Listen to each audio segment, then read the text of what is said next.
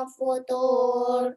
Summarji'il basara karrataini yang qaliba ilaika basaru khasi'aw wa huwa hasir. Falaqad zayyana as-samaa ad-dunya bimasabiha wa ja'alnaha rujuman lisyayatin. Fa'atadna lahum adzabas sa'ir walilladzina kafaru birabbihim adzabu jahannam wa bi'sal masir. Idza ulqu fiha sami'u laha syahiqaw wa hiya tafur. Takadu tamayyazu minal ghaiz kullama ulqiya fiha fawjun sa'alahum khazanatuha alam ya'tikum nadhir. Qalu bala qad ja'ana nadhirun fakadzabna wa qulna ma nazzalallahu min syai' in antum illa fi dhalalin kabir. Wa qalu law kunna nasma'u aw na'qilu ma kunna fi ashabis sa'ir. Fatarafu bidambihim fasuqal li ashabis sa'ir. Innal ladzina yakhshawna rabbahum bil ghaibi lahum maghfiratun wa ajrun kabir. Shadaqallahul azim. Allahul azim. Allahumma arhamna bil Quran. Semoga kita dan keluarga ya dimudahkan oleh Allah dalam menghafal Quran, mengamalkannya dalam kehidupan kita sehari-hari. Baik, sebelum kita masuk ke materi, mungkin izinkan saya untuk menyampaikan CV dari beliau, Ustadz Azhar Reza. Nama lengkap beliau adalah Ustadz Azhar Reza. Beliau lahir di Malang tanggal 20 Juli 1981. Alamat rumah beliau Jalan Ikhwan Ridwan Rais, Gang 14 nomor 7A. Dan pendidikan beliau adalah lulusan jurusan Bahasa Arab UIN Malang. Ya. Kemudian aktivitas beliau sekarang sebagai Ketua Yayasan Rahmatan lil Alamin dan juga keseharian beliau adalah full dakwah di jalan Allah. Ya, Masya Allah.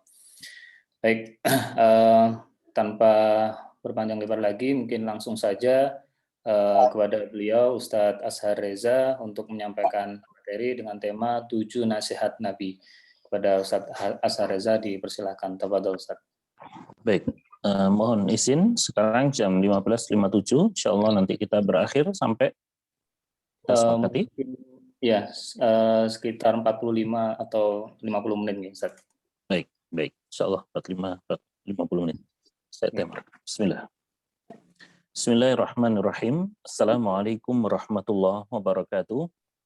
Waalaikumsalam warahmatullahi wabarakatuh.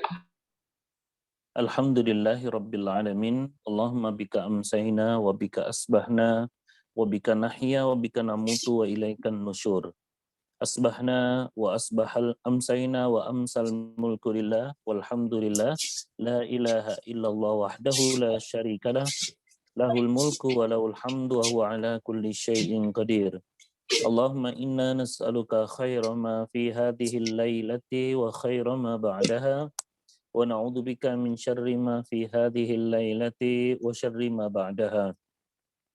Allahumma inna na'udzu bika minal kasal wa su'il kibar wa na'udzu bika min 'adzabin finnar wa 'adzabin fil qabr.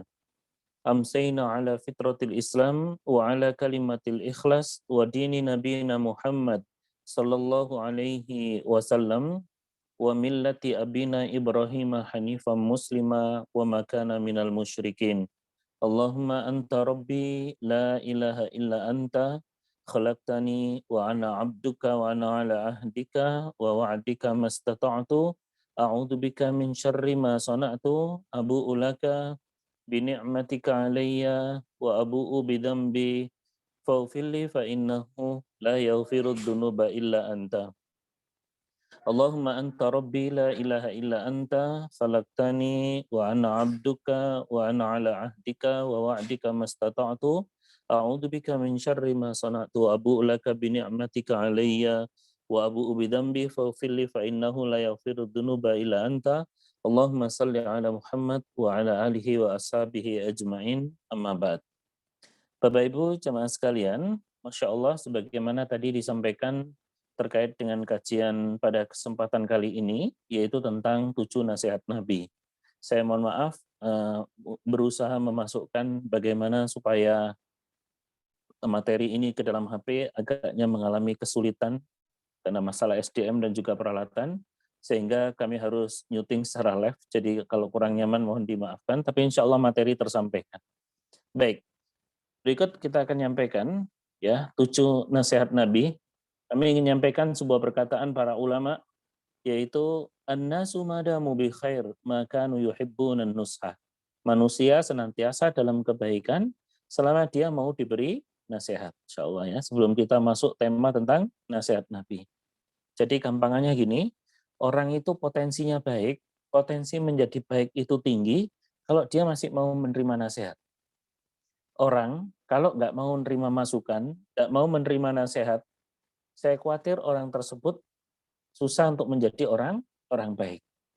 Jadi orang kalau ingin jadi baik harus senang dinasihati. Orang kalau menjadi baik, ingin jadi baik harus senang dituturi, diceramai ya. Jadi kalau kita sering nasihat, senang ceramah, senang tausiah, insya Allah kita menjadi potensi baiknya tinggi ya. Dan ada sebuah hadis riwayat Imam Al-Baihaqi, Nabi SAW bersabda, kalimat yang paling dibenci oleh Allah adalah seseorang yang menasihati temannya bertakwalah kepada Allah, namun dia menjawab urus saja dirimu sendiri. Jadi ketika ada temannya sampean itu takwa sama Allah, jauh kayak gini nih dosa loh.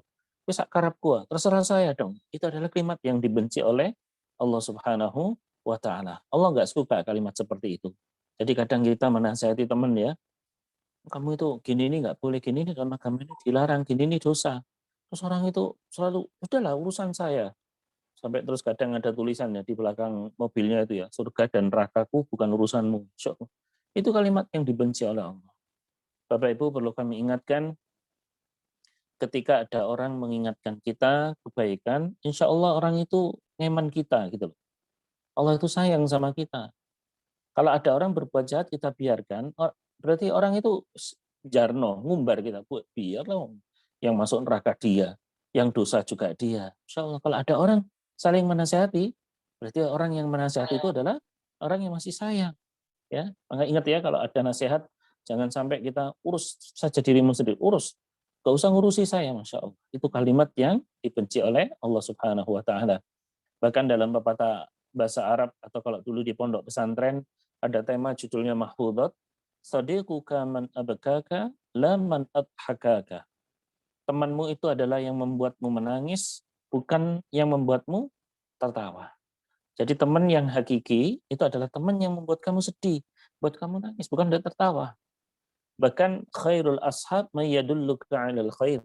Sebaik-baik teman ialah yang menunjukkan kamu kepada kebaikan. Jadi kalau ingin tahu teman yang baik atau tidak, itu lihat bagaimana dia nundukkan kita pada kebaikan atau tidak. Berarti teman itu adalah teman yang baik ya, insyaallah. Khairul ashab. Sebaik-baik teman menunjukkan kepada kebaikan. Jadi kalau ada teman orang berbuat salah, tidak berbuat salah dibiarkan, ya, masya Allah. Berarti itu teman yang nggak baik, teman yang acuh, teman yang nggak ngereken kita, ya, insya Allah. Jadi kalau Anda punya teman yang selalu membuat kita menangis, ya, membuat kita sedih, mengingatkan kita, insya Allah itulah adalah teman yang terbaik. Jamaah yang dirahmati Allah, atau di dalam perkataan yang lainnya disebutkan, temanmu adalah yang meluruskanmu, bukan yang selalu membenarkan. Salah ya, kalau punya teman kita salah dibiarkan. Nah, soalnya kan numpuk. Mic-nya yang mungkin belum di silent, di mute, mohon dikondisikan. Ya. Baik, jadi temanmu adalah yang meluruskanmu, bukan yang selalu membenarkanmu. Jadi kalau punya teman selalu apapun yang kita lakukan dibenarkan, hatta sampai kita melakukan yang haram, dibiarkan sama teman kita, itu bukan teman yang baik. Justru teman yang baik itu adalah yang selalu meluruskan. Ketika engkau melenceng, engkau berbuat salah, diingatkan oleh teman, itulah teman yang sesungguhnya. Jamaah dirahmati Allah, bahkan Malik bin Dinar rahimahullah mengatakan, sesungguhnya badan jika sakit, maka ia tidak akan enak makan, tidak akan enak minum, tidak enak tidur dan istirahat. Demikian juga keadaan hati, jika dia diikat dengan kecintaan terhadap dunia, maka berbagai nasihat tidak akan bermanfaat baginya. Insya Allah. Sekali lagi, kenapa kita ini susah menerima nasihat? Jawabannya satu, mungkin hati kita yang bermasalah. Ya, sekali lagi hati kita yang bermasalah. Kalau kita fisik kita sakit ya, naudzubillah min dzalik, semoga Allah memberikan kesehatan kita selalu. Makanya tiap pagi dan sore perbanyak membaca doa, sering membaca doa, Allahumma afini fi badani, Allahumma afini fi sam'i, Allahumma afini fi basari, la ilaha illa anta, Allahumma inni a'udzubika minal faqri wal kufri wa a'udzubika min adzabil qabr. Ya Allah, sehatkan, selamatkan tubuhku, telingaku, penglihatanku, ya, insya Allah. Nah, sesungguhnya kalau badan kita sakit, Bapak, Ibu, fisiknya kalau semua pasti pernah sakit ya. Kalau sakit, makanan seenak apapun, Anda nggak akan mau. Padahal itu makanan, kalau Anda ketika sehat, itu adalah makanan yang paling Anda sukai. Makanan yang paling Anda cintai. Tetapi kenapa ketika sakit, nggak senang, nggak enak dengan makanan itu, nggak mood, karena fisiknya lagi sakit. Fisik kalau sakit itu seperti itu, ya. Jadi kalau fisik sakit, makanan enak apapun nggak akan mau, nggak akan terima. Durian montongnya nggak mau ya. Padahal kalau pas sehat favorit banget tuh ya, insya Allah. Kenapa kok nggak mau lu? Padahal ini makanan kesukaanmu loh. Ya karena fisiknya lagi sakit. Demikian pula hati kalau lagi sakit ya, maka nasihat sebaik apapun tidak akan dia terima. Jangankan dari ustadz kampungan kayak saya ya, ustadz nasional, internasional, ustadz lokal, ustadz interlokal. Jangankan juga para ustadz yang sudah terkenal keilmuan dan kesolihan yang menyampaikan. Nabi pun yang menyampaikan nggak akan dia terima. Kenapa? Yang bermasalah bukan yang menyampaikan nasihat, tetapi hatinya. Sekali lagi, yang bermasalah bukan yang menyampaikan nasihat, tetapi hatinya. Hatinya yang bermasalah. Hadisnya sesuai apapun, ayatnya sebenar apa, masih dia bantah. Dia nggak mau terima. Kenapa? Ya satu, karena hatinya bermasalah. Maka cara membersihkan hati paling cepat itu perbanyak istighfar ya. Istighfar itu adalah cara tercepat untuk membersihkan hati kita dari kekotoran, dari dosa ya. Kalau hati sudah mulai berat terima nasihat, hati sudah berat melakukan ketaatan, istighfar sebanyak-banyaknya. Ya, istighfar sebanyak-banyaknya. Kalau istighfar itu bukan 1 kali, 2 kali, 10, 20, 100, 200, tapi sebanyak.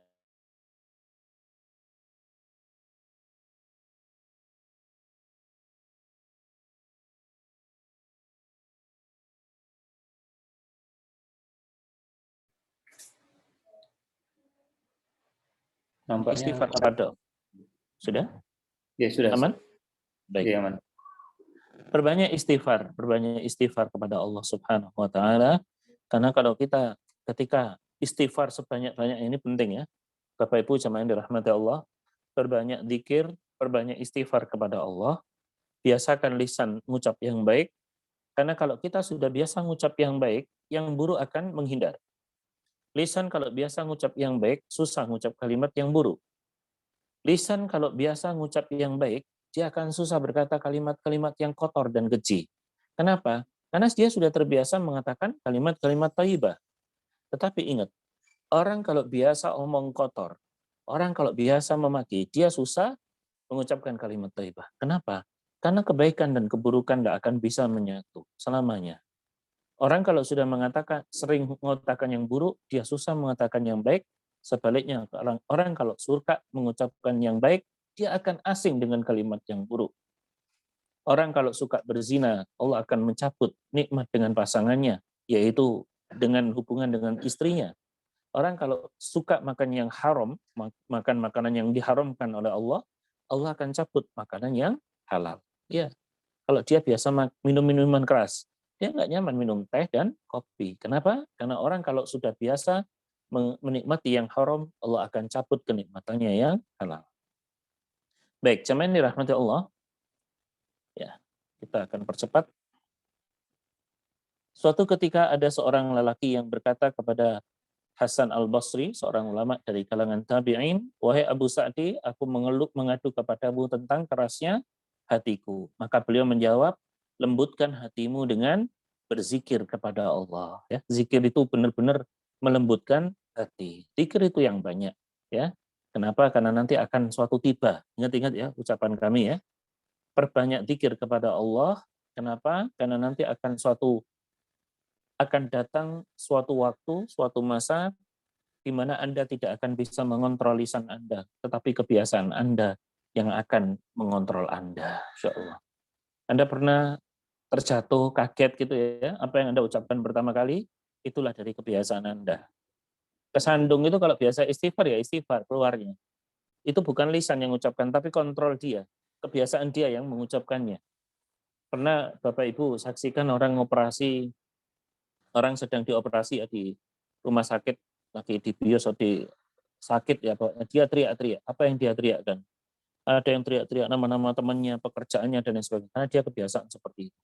Saat itu bukan lisan yang berbicara, tapi kebiasaan. Ada santri yang mondok di pondok pesantren tahfidz Quran.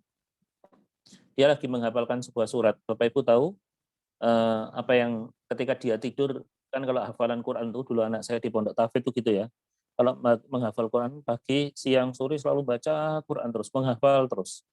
Ya, ketika itu dia lagi menghafal, membaca Quran, dia itu sampai mengucapkan ngelindurnya ya, ngelilirnya, mengigaunya itu apa? Dia membaca Al-Quran, insya Allah. Sampai ngelilir aja baca Quran. Kenapa? Karena terbiasa, insya Allah. Baik, jemaah dirahmati Allah, kita percepat aja. Apalagi hak satu muslim dengan muslim yang lainnya, itu diantaranya saling memberi nasihat. Ya, sebagaimana hadis ini biasanya hadis wajib bagi santri kalau masuk pondok pesantren untuk dihafalkan ya. Hakul muslim alal muslim situn. Hak seorang muslim atas muslim yang lainnya ada 6. Apabila engkau berjumpa dengannya, ucapkan salam kepadanya. Apabila engkau diundang, penuhi, khususnya undangan walimah ya, akad nikah. 3, apabila engkau dimintai nasihat, nasihati dia. Nah, ini ya. Tugas muslim satu dengan muslim lainnya itu saling menasihati. Ya, kalau salah nasihati. Ingat, ini perlu saya ingatkan. Ketika kita menasihati seorang muslim, bukan berarti kita yang memberi nasihat itu bukan yang terbaik. Salah. Ya, sekali lagi, saya mengutip dari perkataan seorang ulama, termasuk ini yang ingin saya ucapkan kepada Bapak Ibu sekalian. Ketika saya berceramah di depan Anda secara online, secara offline, bukan ketika saya memberi nasihat Anda, bukan berarti saya yang terbaik daripada Anda. Mungkin saya yakin, insya Allah di antara Bapak Ibu ada yang lebih solih, lebih baik, lebih pintar dari saya. Tetapi ketika menasehati harus nunggu soleh dulu, harus nunggu perfect dulu. Misalnya di muka bumi ini tidak akan ada orang yang mau memberi nasihat. Paham? Kalau saya nasihati ibu, bapak, bukan berarti saya paling solih. Ya, tetapi kalau nasihat, mungkin ada di antara bapak ibu yang lebih solih dari saya, lebih pintar dari saya.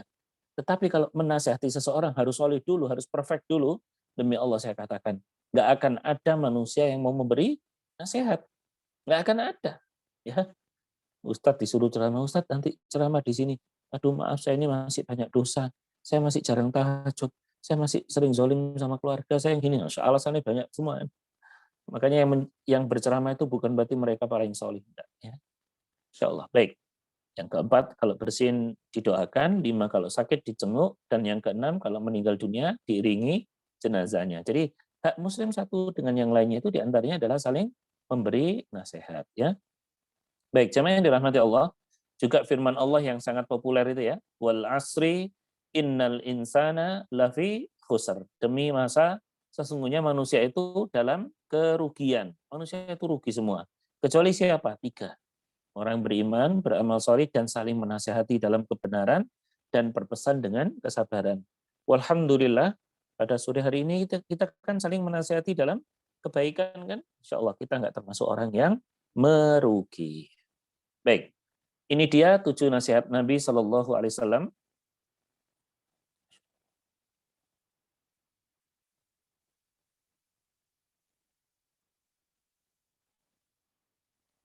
Ini dia 7 nasihat Nabi Shallallahu Alaihi Wasallam yang insya Allah akan kita bahas pada kesempatan kali ini. Ini hadis dari sahabat Abu Dar radhiyallahu taala anhu. Kekasihku Rasulullah SAW berwasiat kepadaku. Abu Dar ini merupakan sahabat Nabi Ashabus Sufah. Ashabus Sufah itu ada 70 yang mereka itu kerjaannya tinggal di Masjid Nabawi, aktivitasnya cuma belajar, iktikaf, dan ngaji dengan Rasulullah SAW. Beribadah, cuma itu aja. Aktivitasnya cuma itu aja. Setelah sahabat Abu Dar Al-Ghifari radhiyallahu anhu. Di antaranya Salman Al-Farisi dan lain sebagainya ya, insya Allah. Ya, mereka itu aktivitasnya cuma belajar, dan 70 sahabat Nabi itu tunawisma ya, nggak punya rumah dalam keadaan miskin ya, insya Allah. Baik. Ini dia sabda Nabi Shallallahu Alaihi Wasallam. Ausani Khalili Shallallahu Alaihi Wasallam bisab'in bihubbil masakin wa an adnuwa minhum wa an andura ila man huwa asfala minni wa la andura ila man huwa fawqi wa an asila rahimi wa in jafani wa an aktsura min la haula wa la quwata illa billah wa an atakallama bimurril haqq wa la ta'khudni fillahi lawmata la'im wa alla as'alan nas syai'an. Abu Dar radhiyallahu anhu berkata, kekasihku Rasulullah SAW berwasiat kepadaku. Ini nasihat Nabi dengan 7 hal. 1, supaya aku mencintai orang miskin dan dekat dengan mereka. Insya Allah nanti kita bahas ya satu persatu. Kita bacakan dulu. Yang kedua, beliau memerintahkan aku agar aku melihat kepada orang yang berada di bawahku dan tidak melihat kepada orang yang berada di atasku. Sering melihat orang yang di bawah kita. Yang ketiga, beliau memerintahkan agar aku menyambung silaturahimku meskipun mereka berlaku kasar kepadaku. Yang keempat, aku dianjurkan agar memperbanyak ucapan la haula wala quwata illa billah, tidak ada daya dan upaya kecuali dengan pertolongan Allah. Yang kelima, aku diperintahkan untuk mengatakan kebenaran meskipun pahit. Yang keenam, beliau berwasiat agar aku tidak takut celaan orang yang mencela dalam berdakwah kepada Allah. Dan yang ketujuh, beliau melarang agar aku tidak minta-minta sesuatu pun kepada manusia. Hadis riwayat Imam Ahmad dan Ibnu Hibban. Jemaah dirahmati Allah, yang pertama wasiat Nabi SAW agar cinta dengan orang miskin. Ya, kenapa kita mencintai orang miskin? Jawabannya 1, karena penghuni surga itu kebanyakan rata-rata orang miskin. Sebagaimana hadis dari sahabat Haris bin Wahab radhiyallahu anhu berkata, "Ala ukhbirukum bi ahlil jannah, maukah aku beritahu pada kalian siapakah ahli surga itu?" Beliau sallallahu alaihi wasallam mengatakan, "Kullu dha'ifin mutadha'af, law aqsama 'ala Allahi la abarrah." Yaitu setiap orang yang lemah dan dianggap lemah oleh manusia. Tetapi jika ia bersumpah atas nama Allah, pastilah Allah mengabulkan apa yang disumpahkan. Maukah aku beritahu pada kalian siapakah ahli neraka itu? Mereka itu adalah setiap orang yang keras, kikir, dan gemar mengumpulkan harta lagi sombong. Insyaallah. Kenapa kita harus dekat dengan orang miskin? Di antaranya jawabnya 1. Orang miskin itu kebanyakan adalah ahli surga. Ini kan hadisnya. Kamu mau nggak aku beritahu ahli surga itu kayak apa? Ahli surga itu orang yang lemah. Kalau kita ini, bahasa kita ini, nggak diperhitungkan keberadaannya. Nggak punya status sosial sama sekali. Kalau mungkin ketika kumpul dalam sebuah pertemuan, yang sering disebutkan para pejabat teras, para pejabat eselon, para umaro, para ulama gitu kan, yang sering disebut. Nah, orang-orang kayak gini nggak pernah disebut. Padahal kalau dia bersumpah atas nama Allah, pasti Allah mengabulkan apa yang disumpahkan. Ternyata orang miskin kebanyakan ahli surga. Dan kami sampaikan dulu, biar nggak salah paham ya, ini hanya khusus untuk orang miskin yang solih. Karena di saat yang bersamaan, banyak orang miskin yang tidak solih ya, insya Allah. Maaf ya, sudah miskin, tapi nggak mau ibadah, sudah miskin, tapi nggak mau sholat ya. Maka yang demikian tidak berlaku ya. Jamaah yang dirahmati Allah. Kemudian yang kedua, di dalam hadis riwayat Imam Tirmidzi dan Imam Ahmad disebutkan ya, kenapa kita harus mendekati orang miskin? Karena orang-orang fakir miskin akan memasuki surga terlebih dahulu 500 tahun sebelum orang-orang kaya memasukinya. Iya, ini hadisnya seperti ini. Kan masih ingat? Ini kalau kita korelasikan panjang ya. Ketika kita kumpul di Padang Mahsyar, ada kajian buku kami judulnya Misteri Alam Mahsyar ya. Itu cukup panjang pembahasannya ya. Kita nanti akan reuni bersama manusia seluruh dunia dari yang pertama sampai yang terakhir ya. Kita nanti dikasih jatah tempat itu cuma pijakan kaki kita saja. Ya. Kita memijak kaki itu yang nanti yang jatah kita. Sampai kita ditanya tentang 4 hal itu loh. Hadisnya itu kan, la yazalu qadama 'abdin hatta yus'al an arba. Tidak akan melangkah kaki seorang hamba sampai ditanya tentang 4 hal. 1, umurnya untuk apa? An umrihi fima afna, wa an jismihi fima ablah, tubuhnya untuk apa? Tangan, kaki, punya tangan dibuat apa? Punya kaki buat melangkah kemana? Punya telinga buat dengar apa? Punya mulut buat ngomong apa? Nanti diaudit, dihisab, insya Allah ya. Kemudian ilmunya diamalkan atau tidak. Yang keempat itu audit harta. Audit harta itu ada 4. Audit harta itu ada 2. Saya belum tuliskan hadisnya kelihatannya. Audit harta itu ada 2, yaitu dari mana dari mana dan untuk apa. Itulah yang membuat orang miskin duluan masuk surga. Mohon maaf ya, bukan berarti kita menyepelekan orang kaya, enggak. Karena orang miskin nanti yang diaudit hartanya apa? Rumah nggak punya, mobil nggak punya, ya, sehingga lebih cepat masuk surganya karena nggak ada yang diaudit. Dan sekali lagi, ini adalah orang miskin yang solih. Ya, kalau orang miskin yang tidak solih nggak berlaku. Tetapi jamaah yang dirahmati Allah, kalau boleh dikasih pilihan, mending jadi orang kaya yang solih daripada miskin yang solih ya, insya Allah. Karena di bumi Palapa kan banyak orang kaya-kaya ya, insya Allah ya, punya jantung, ya, punya hati, punya liver, ya, punya mata ya, semua kaya-kaya ya. Kalau mengaku miskin, mau nggak matanya ditukar 500 juta tapi nggak punya mata? Mau nggak jantungnya ditukar dengan 1 unit Toyota Innova Reborn, tipe T, solar, diesel, matic, insya Allah. Mau, tapi nggak punya jantung. Ya. Nggak mau kan? Insya Allah. Berarti kita kaya ya, insya Allah. Jadi jamaah yang dirahmati Allah, kalau boleh dikasih pilihan ya, orang kaya yang solih itu lebih baik daripada miskin solih.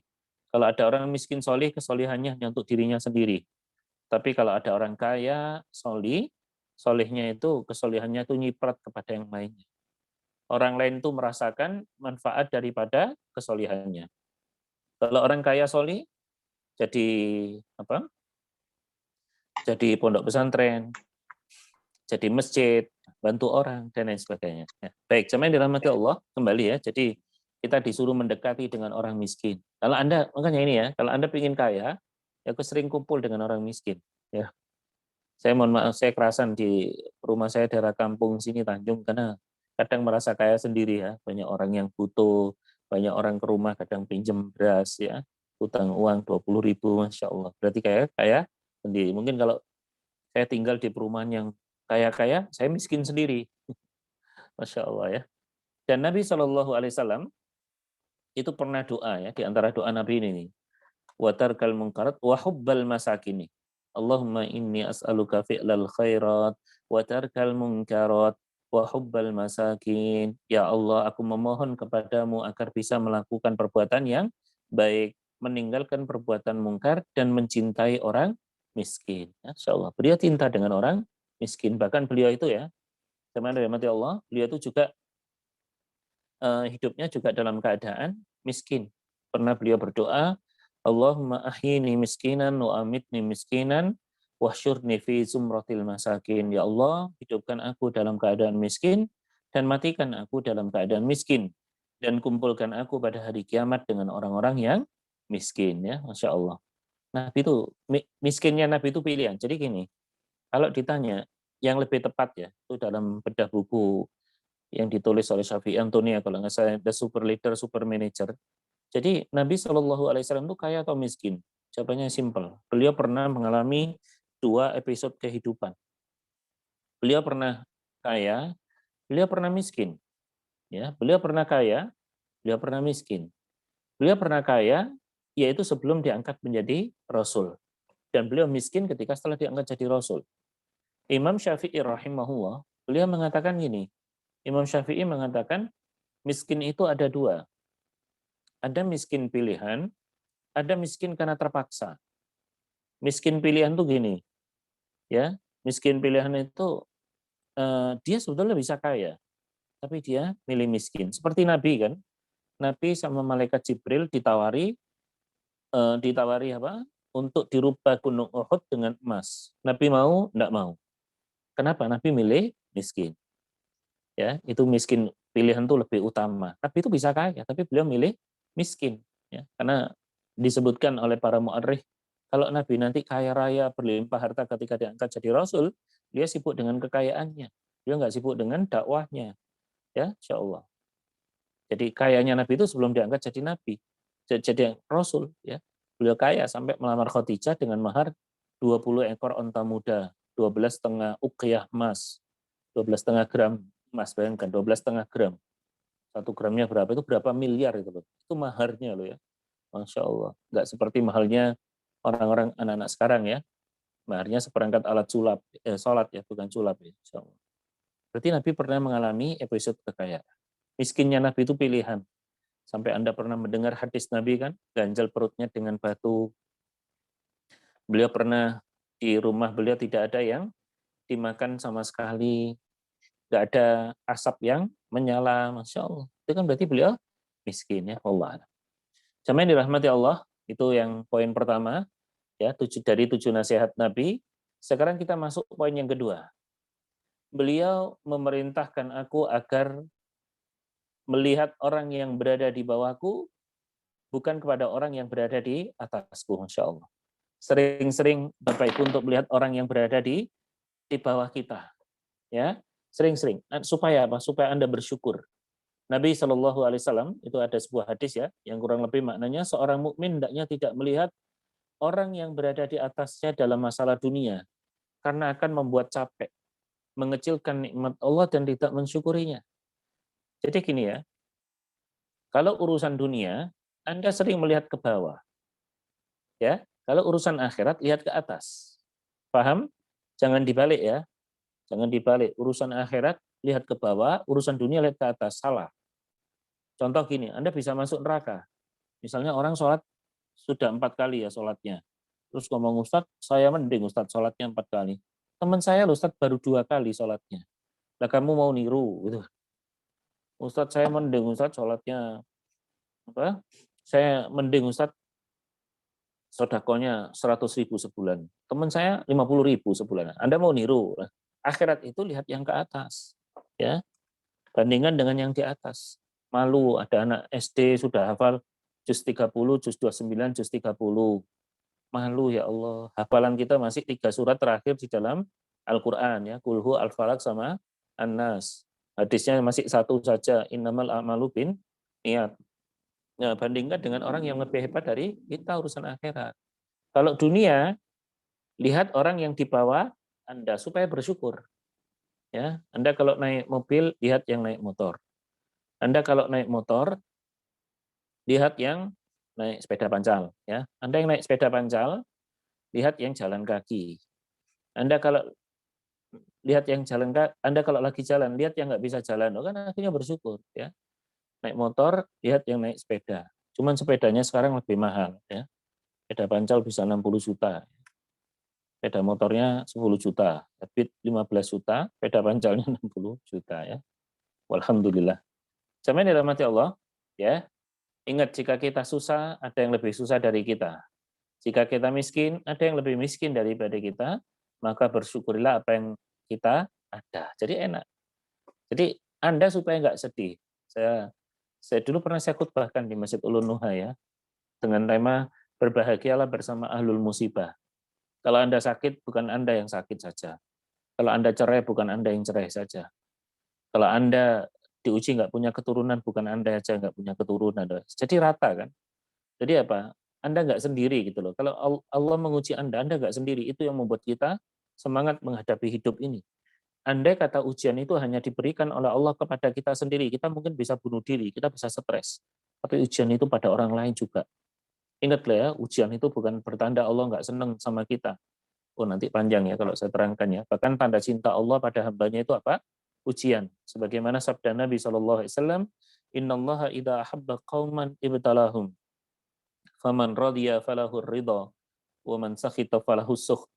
Barang siapa Allah itu kalau mencintai seseorang, maka Allah akan menguji orang tersebut. Tapi kalau siapa yang dicintai oleh Allah itu Allah akan menguji. Jadi tanda cinta dari Allah itu ujian. Anda kalau merasa dicintai Allah, ingat Allah menguji Anda atau tidak. Kalau Allah menguji Anda berarti Allah cinta dan sayang kepada Anda, ya. Insya Allah. Kalau tanda cinta suami sama istri apa? Ngasih hadiah, ngasih gelang, ngasih emas, ya. Insya Allah ya, ngasih motor, ngasih hadiah, ngasih oleh-oleh. Tetangga sayang sama kita ngasih oleh-oleh gitu ya. Insya Allah. Nah kalau Allah cinta sama kita bukan lewat harta, salah. Tanda cinta dari Allah itu dalam sebuah buku yang berjudul 40 karakter manusia yang dicintai oleh Allah yang ditulis oleh Abdurrahman Al-Badawi Al-Khalafi, ya. Kurang lebih seperti itu disebutkan tidak ada tanda cinta dari Allah itu berbentuk materi ya. Tanda cinta dari Allah itu diantaranya berbentuk ujian. Jadi kalau Anda diuji, Anda nggak sendiri. Itu yang membuat kita semangat dalam menghadapi hidup ini. Hadis Nabi SAW, lihatlah orang yang berada di bawahmu dan jangan melihat orang di atasmu. Ini tadi hadisnya. Unduru ila man huwa asfala minkum wala tanduru ila man huwa fawqakum fahuwa ajdar. Alla taziru ni'matallah alaikum. Supaya kamu tidak menganggap remeh nikmat Allah. Lah kalau Anda membandingkan dunia dengan yang di atas Anda bisa ngeremehkan nikmat Allah. Misalnya gini, Anda mobilnya tahun 2010, nah tetangga-tangga 2020. Wah, orang-orang mobilnya lebih muda, mobil saya aja paling tua loh. Anda bandingkan dengan di atas, ya Anda remehkan nikmat Allah. Anda tinggal di perumahan Bumi Palapa, sudah enak, sudah nyaman gitu, bandingkan dengan orang yang lebih enak di perumahan mana? Ya? Permata Jingga atau perumahan mana? Perumahan mewah ya, mepet sawah ya, atau meli mepet kali ya. Oh, dibandingkan dengan kayak gitu, Anda mesti nggak bersyukur ya. Anda nggak mesti bersyukur. Kalau Anda membandingkan dengan yang di atas urusan dunia, saya pastikan Anda akan remehkan nikmat Allah. Ya, lihat suaminya tua, ngamuan lagi ya, dibandingkan dengan suami yang lebih muda, sayang, Anda mesti meremehkan. Ya. Membandingkan tuh menyakitkan. Kalau membandingkan tuh jangan urusan dunia, tapi urusan akhirat ya. Kalau lihat di atas bukan urusan dunia tapi urusan akhirat. Wallahu a'lam. Urusan dunia dan kekayaan lihat ke bawah, urusan akhirat dan ke atas, dan ketaatan lihat ke atas. Ya Allah, teman saya rajin tahajud, ya Allah rajin salat duha, rajin baca Quran, ya Allah. Bahkan sebelum adzan dia sudah ke masjid, ya Allah. Teman saya tadi saya traktir puasa, ya Allah iri saya. Itu urusan akhirat tuh lihat ke atas, ketaatan tuh lihat ke atas, bukan lihat ke bawah ya. Sama yang dirahmati Allah yang ketiga, agaknya nggak nutut ya sampai 7, enggak apa-apa sampainya aja ya. Yaitu beliau memerintahkan agar aku menyambung silaturahim meskipun mereka berlaku kasar kepadaku. Masya Allah. Jadi gini, ini Masya Allah ya, wasiat yang bagus. Sambung silaturahim walaupun yang disambung itu kasar kepada kita. Saya ingin sampaikan dulu gini ya. Apa makna silaturahim? Ya silaturahmi. Hadis yang sering kita dengar itu adalah man sarrahu ayyubsatalahu fi rizqihi wa ayyun sa'alahu fi atharihi falyasil rahimah. Siapa yang suka dilapangkan rezekinya dan dipanjangkan umurnya, hendaknya dia menyambung silaturahim. Memang terjadi salah kaprah mengenai istilah silaturahim di tengah-tengah kita. sebagaimana yang dimaksudkan dalam hadis di atas yang tepat, menjalin silaturahim istilah khusus untuk berkunjung kepada orang tua, saudara atau kerabat. Sekali lagi ya, kalau berbicara silaturahim itu adalah menyambung istilah khusus kunjung pada keluarga, pada orang tua, kepada saudara, pada kerabat. Jadi bukanlah istilah umum untuk mengunjungi orang soleh, teman atau tetangga. Sehingga yang dimaksud dengan silaturahim yang akan memperpanjang umur adalah untuk maksud berkunjung kepada orang tua dan kerabat. Jadi gitu. Jadi gini, kurang tepat ya. Ini salahnya secara bahasa ya. Karena dulu saya mempelajari bahasa Arab. Jadi gini, banyak kesalahan. Misalnya silaturahim akbar SMP 1 Malang. Ya, alumni SMP 1 Malang, silaturahim akbar jamaah haji KBIH ini itu, insya Allah ya. Itu kurang tepat. Ya, atau Anda datang ke rumah Ustadz sambil, Ustadz saya mau silaturahim. Emang itu hubungan apa gitu loh. Nggak punya hubungan dulur ya. Ini yang mungkin agak berat di tengah masyarakat yang karena sudah terbiasa. Kurang tepat secara bahasa ya.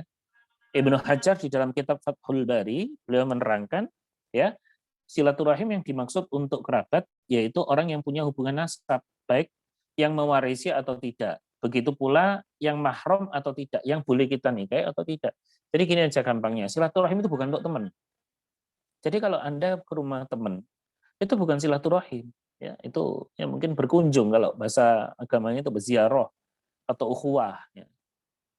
Asing ya kalau bagi kita ziarah ya. Mau kemana bro? Arab ziarah ning omamu.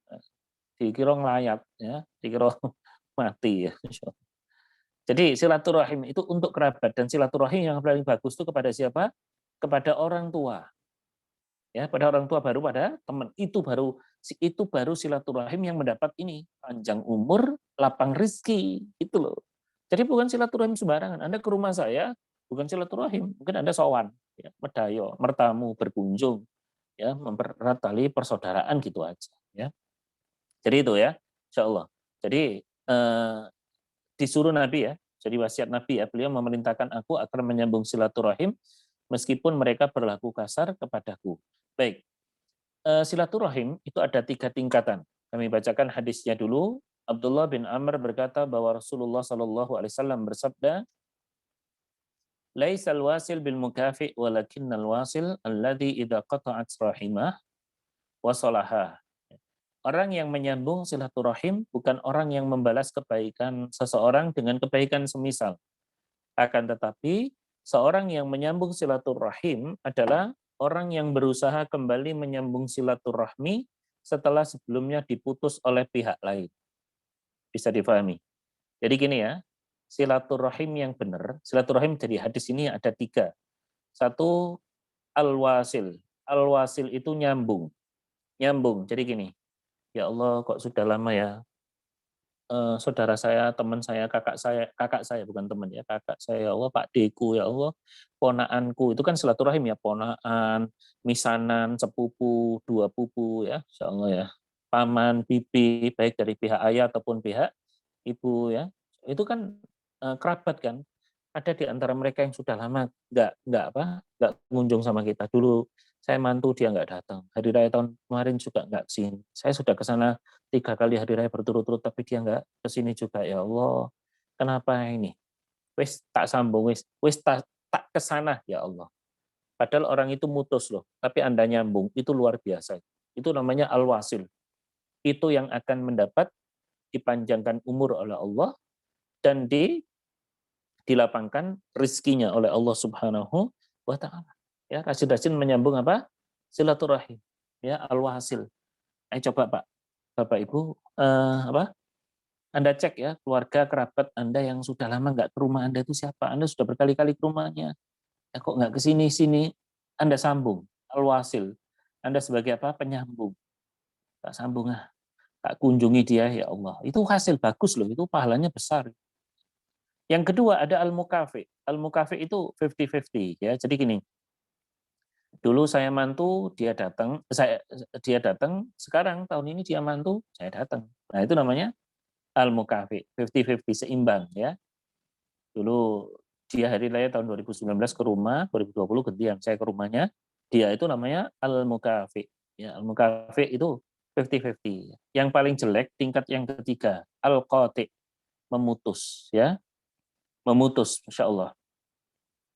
Jadi al-qati memutus, jadi dia nggak mau nyambung lagi. Itu bahaya. Itu yang berlaku hadis Nabi Shallallahu Alaihi Wasallam, ya, la yadkhulul jannah qati, tidak akan masuk surga orang yang memutus silaturahim. Itu qati yang paling buruk itu adalah al-qati. Jadi jadilah al-wasil, ya. Wasil itu nyambung.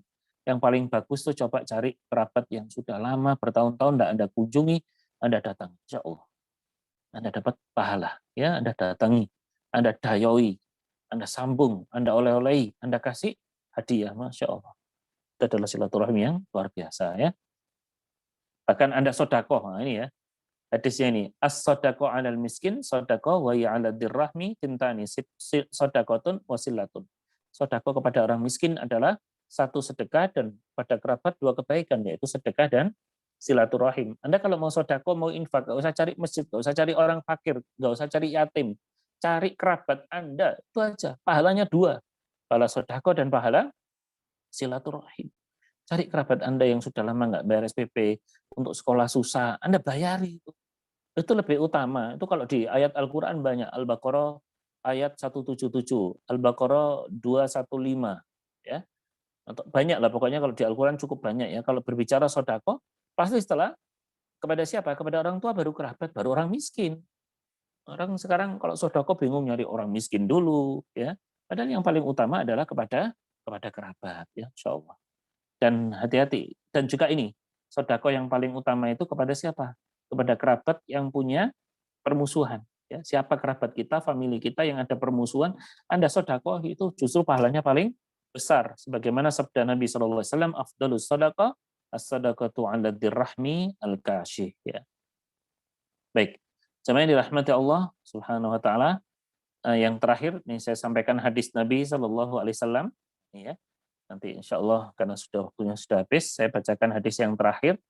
Tidak ada dosa yang lebih pantas untuk disegerakan balasannya bagi para pelakunya di dunia ini. Berikut dosa yang disimpan untuknya di akhirat daripada perbuatan melampaui batas dan memutus silaturahim dengan orang tua dan kerabat. Jadi gini, dosa itu secara hukuman ada dua. Ya, satu, ada yang dihukum oleh Allah Subhanahu Wa Taala. Tidak semua dosa itu dihukum di dunia, ya. Jadi ada dosa yang dihukum oleh Allah di akhirat. Tapi ada dosa yang dihukum oleh Allah di dunia. Ada 4 kalau saya nggak salah, ya. 1, durhaka sama orang tua. 2, dolim. 3, zina. Zina itu nanti dikasih di dunia, ya. Di antara keluarganya ada yang dizinai, itu kan kata Imam Syafi'i, ya. Dan yang keempat, mutus silaturahim. Itu akan dihukum di dunia. Jadi tidak semua dosa kok Allah hukum di dunia. Orang itu tukang minum kok lancar aja. Ya karena minum-minuman keras dihukum oleh Allah di akhirat, ya, tidak di dunia, ya. Wallahu alam, pas sudah 45 menit, ya, saya rasa itu yang bisa kami sampaikan, ya, karena waktu, ya, insyaallah, tapi setidaknya sudah ada gambaran terkait dengan 7 nasihat Nabi Shallallahu Alaihi Wasallam. Waktu dan tempat kami kembalikan kepada moderator. Masya Allah. Jazakallah khairan katsiran pada Ustaz Reza yang sudah menyampaikan materinya. Jadi untuk sesi berikutnya adalah tanya jawab.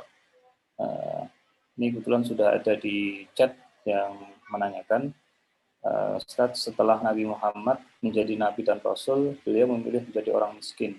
Apakah setelah itu beliau memang tidak memiliki nafkah? Lantas dari mana beliau menafkahi istri-istrinya? Kalau ada Ustaz, mungkin langsung dijawab saja. Baik, Masya Allah, beliau memang miskinnya adalah miskin pilihan, ya. Miskin beliau itu miskin pilihan. Jadi beliau bisa kaya, tapi beliau memilih miskin. Dan beliau itu punya 11 orang istri, ya. Jadi beliau berpoligami itu setelah Khadijah wafat. Jadi beliau itu menikah dengan Khadijah, 1 istri.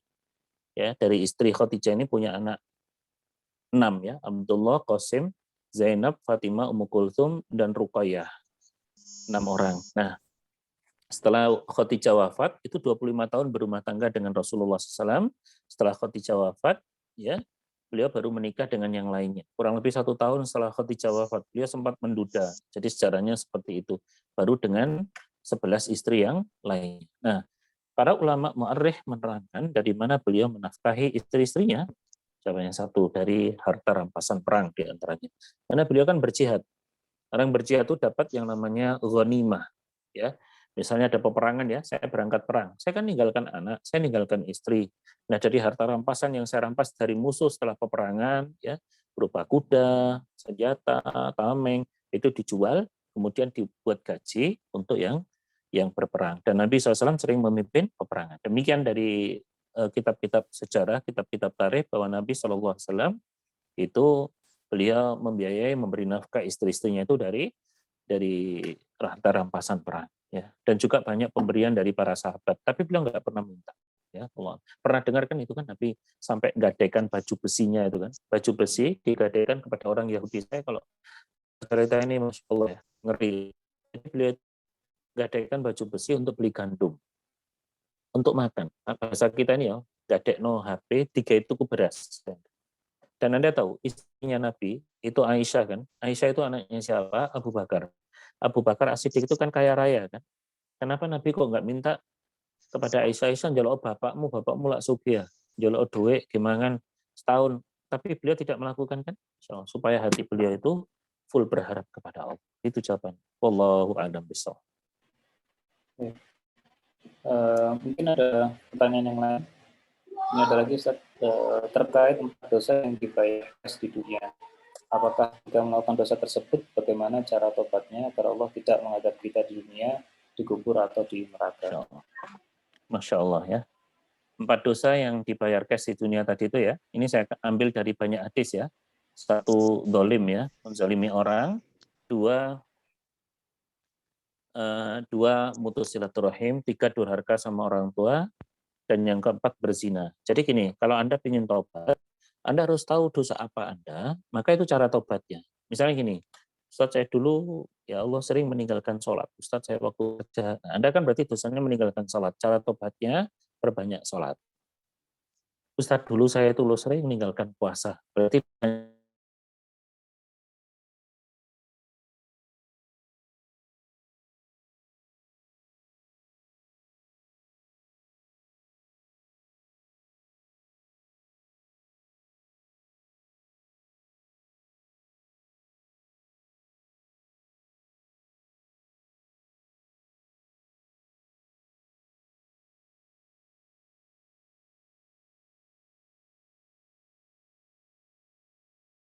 ya istighfar sebanyak-banyak dan berjanji untuk tidak akan mengulangi. Mutus silaturahim itu termasuk dosa yang Allah akan balas cash di dunia. Maka cara tobatnya silaturahim. Jadi Anda harus sambungkan ya, apa dosa Anda, bagaimana cara tobat Anda. Kalau dosa melalui mata, tobatnya mata. Nggak mungkin kan dosa, misalnya utang nggak bayar, proyek nggak dibayar. Anda, ya Allah ampuni saya, ya Allah hamba punya utang sama si fulan, proyeknya nggak saya bayar. Sampai air mata kering Allah nggak ampuni. Kenapa? Nggak ada selesaikan. Ini banyak yang salah, nanti bisa disimak aja ya ceramah kami di dalam channelnya Masjid An-Nur, ketik Ustadz Azhar Reza, cara tobat dari harta haram. Itu saya terangkan. Ya, bagaimana cara tobat dari dosa kita. Ya, kalau dosanya sholat, ya jangan sholat. Intinya gini aja ya, kalau Anda pernah berbuat dosa, satu saja hadis Nabi SAW yang menjawab, wa atbi'is sayyi'atal hasanata tamhuha, iringi keburukanmu dengan kebaikan, saya akan menghapuskan. Jadi gini, Anda pernah berbuat dosa apa? Iringi, counter attack dengan kebaikan, counter attack dengan istighfar, dengan taubat kepada Allah, terus minta ampun sama Allah, nanti akan diampuni oleh Allah. Wallahu a'lam bishawab. Kami kembalikan ke moderator. Ada lagi nih Ustaz yang menanyakan, saya pernah membaca tulisan ada doa yang diajarkan Nabi Muhammad SAW, juga sebagian besar doa untuk bahagia, bukan untuk kaya. Kehidupan para nabi dengan fokus mencari kebahagiaan. Bagaimana menurut Ustaz? Baik, bisa dibedakan antara bahagia dengan kaya ya. Kalau kaya bicara nominal, bahagia bicara hati. Orang bisa membeli kasur empuk tapi dia nggak bisa membeli tidur nyenyak. Orang bisa membeli room AC yang dingin tapi dia nggak bisa membeli dinginnya hati. Karena bahagia itu nggak ada hubungannya dengan materi. Andai bahagia itu ada hubungannya dengan materi, maka hanya orang-orang yang bermateri yang bahagia. Anda lihat tukang becak itu ya, turu ngorok ning becake udan-udan ini sikile kena banyu ya sing ngorok wae. Anda lihat tukang ya, kerja capek, wae lauk tidur blek gitu, masya Allah dengan pasir dan debu.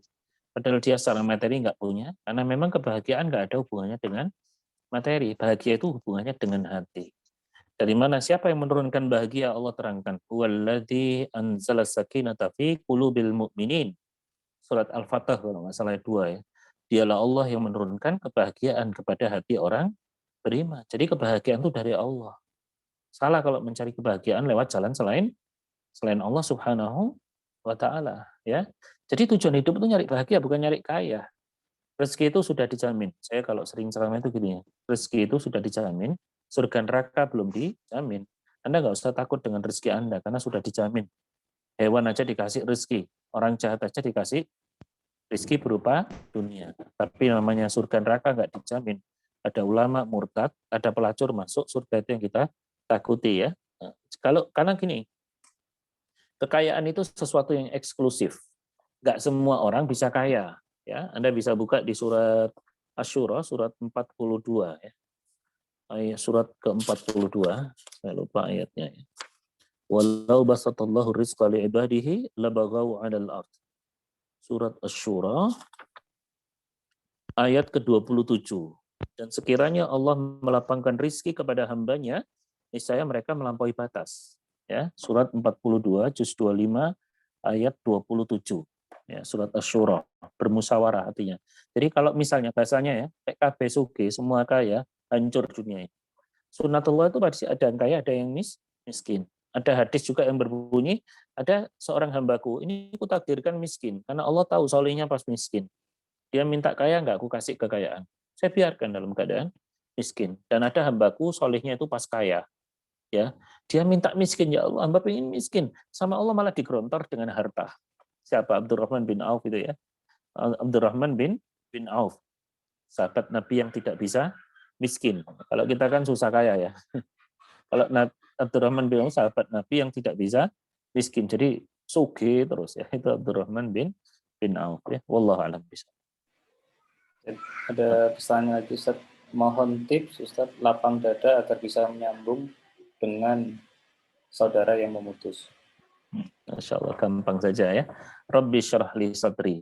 Ya Allah, lapangkan dadaku. Gini, kalau ada air minum 1 gelas, kasih garam. Asin enggak? Asin banget, Ustaz. Kenapa? Ya karena airnya cuma 1 gelas. Ambil garam, taruh di kolam renang. Cicipi, taruh di sungai. Asin enggak? Enggak, Ustaz. Kenapa? Airnya banyak. Yang bermasalah bukan saudara kita, tapi hati kita. Jadilah orang yang hatinya luas. Ya, hati ini sing jembar. Anda lain yang laut, buang sampah, buang bangkai, kotoran sak truk dibuang ke laut, suci nggak untuk bersuci? Suci. Nggak berubah. Airnya, warnanya, baunya nggak berubah. Tetap boleh untuk berwudu. Kenapa? Air lautnya luas. Ini masalah hati, ya, masalah hati. Hatinya sing luas. Jangan pendendam. Jangan pendendam, jangan gampang tersinggungan, jangan gampang baperan. Ya. Anda kalau silaturahim, Anda yang butuh gitu saja. Dulu itu dia yang salah Ustaz. Dia gini, kalau misalnya ngel-ngelan gitu, saya kasih hadis Nabi SAW. Nabi bersabda, ana za'imun bi baitin fi rabadil jannah liman tarakal mira' wa in kana muhaqqan. Aku jamin rumah, istana di surga, di tengah surga, siapa yang meninggalkan konflik walaupun dia di posisi yang benar. Saya dulu tuh jujur, Bang, Anda ngalah. Saudara saya yang salah. Anda ngalah. Bismillah. Mas sepurane aku ya jangan salah. Wis gak seneng seduluran wis padha tuweke, wis padha umur golek opo sih. Wis sepurane dhewe salah. Padahal dia salah, Anda minta maaf. Masya Allah. Nabi tidak pernah mengingkari janji. Nabi jamin rumah di surga. Siapa yang meninggalkan konflik, pro kontra, polemik, walaupun di posisi yang benar. Naik mobil, ada orang di teng kiri, ternyata belok kanan. Nabrak Anda gitu ya. Insya Allah, sudah Anda ngalah. Sudah saya ngalahin. Bukan masalah, karena kalau yel-yelan akhirnya tukaran kan di jalan, Anda ngalah saja. Anda latihan lapang dada ya. Lapang dada. Jadi ya jangan baperan ya, insya Allah. Banyak berdoa Rabbi syrah li sadri. Yang bermasalah itu hati kita ya. Kenapa orang kok gampang tersinggung ya? Karena hatinya sempit ya. Ya kayak air laut ya. Air yang luas kan. Ono hilang, masuk telinga kanan, keluar keluar telinga kanan, jangan keluar telinga kiri, jangan mampir ya. Kata-kata buruk itu. Bahkan ada sebuah status, saya tadi buat status, jangan kira aku membencimu, kau salah. Bahkan aku tidak pernah memikirkan. Nanti mesti buat status semua ini, sama bapak-bapak. Jangan kau kira aku membencimu, salah. Bahkan aku tak pernah memikirkan. Wallahu a'lam bishawab. Baik, Masya Allah. Nampaknya itu Ustaz, jadi sudah tidak ada lagi pertanyaan. Alhamdulillah kita juga sudah hampir memasuki pukul 5. Mungkin sebagai penutup, mungkin kiranya Ustaz berkenan untuk membacakan doa penutup nih untuk kita semua. Alhamdulillah. Alhamdulillah, mari kita tutup dengan berdoa kepada Allah Subhanahu wa taala. Doa yang terbaik adalah doa yang kita tujukan kepada orang lain, yang orang lain itu tidak sadar sedang kita doakan. Jangan pelit dalam berdoa. Selama ini mungkin kita berdoa hanya untuk diri kita, mulai sekarang biasakan berdoa untuk orang lain. Karena di atas kepala ada malaikat yang mengaminkan doa Anda sambil mengatakan amin, kau juga seperti itu. Mari kita berdoa, doa ini kita khususkan untuk orang lain dan juga diri kita. Bismillahirrahmanirrahim. Allahumma salli ala Sayyidina Muhammad sallallahu alaihi wasallam walhamdulillahi rabbil alamin.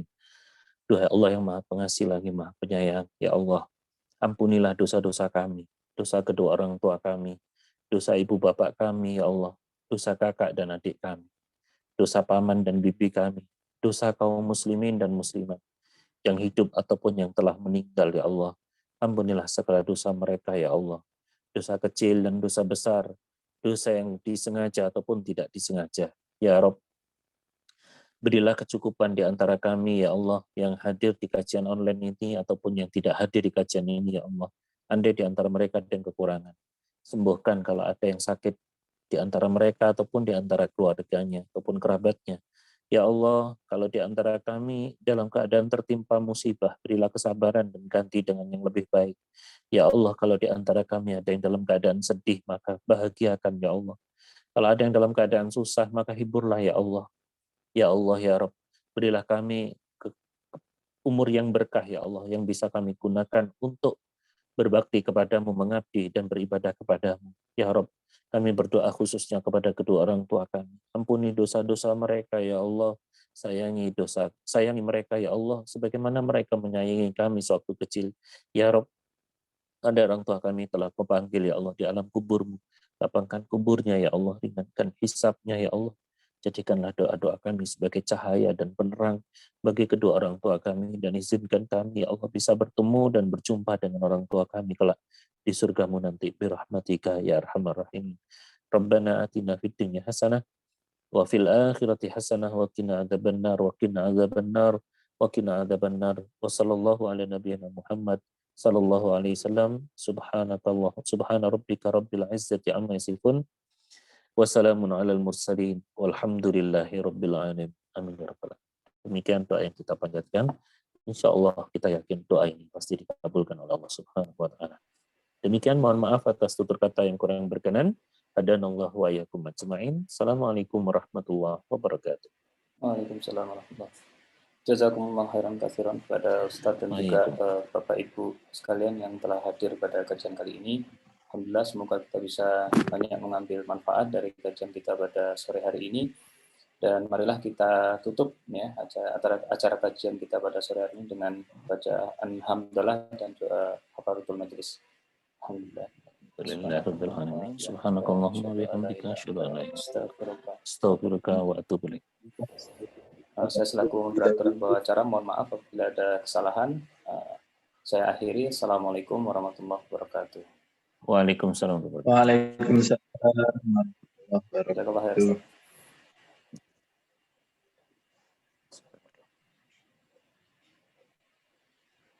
Atur nuwun Bu Ria. Assalamualaikum. Waalaikumsalam warahmatullahi wabarakatuh. Sami-sami Bu Lili. Baik. Iya. Assalamualaikum Bu, matur nuwun. Waalaikumsalam. Live ya Bu.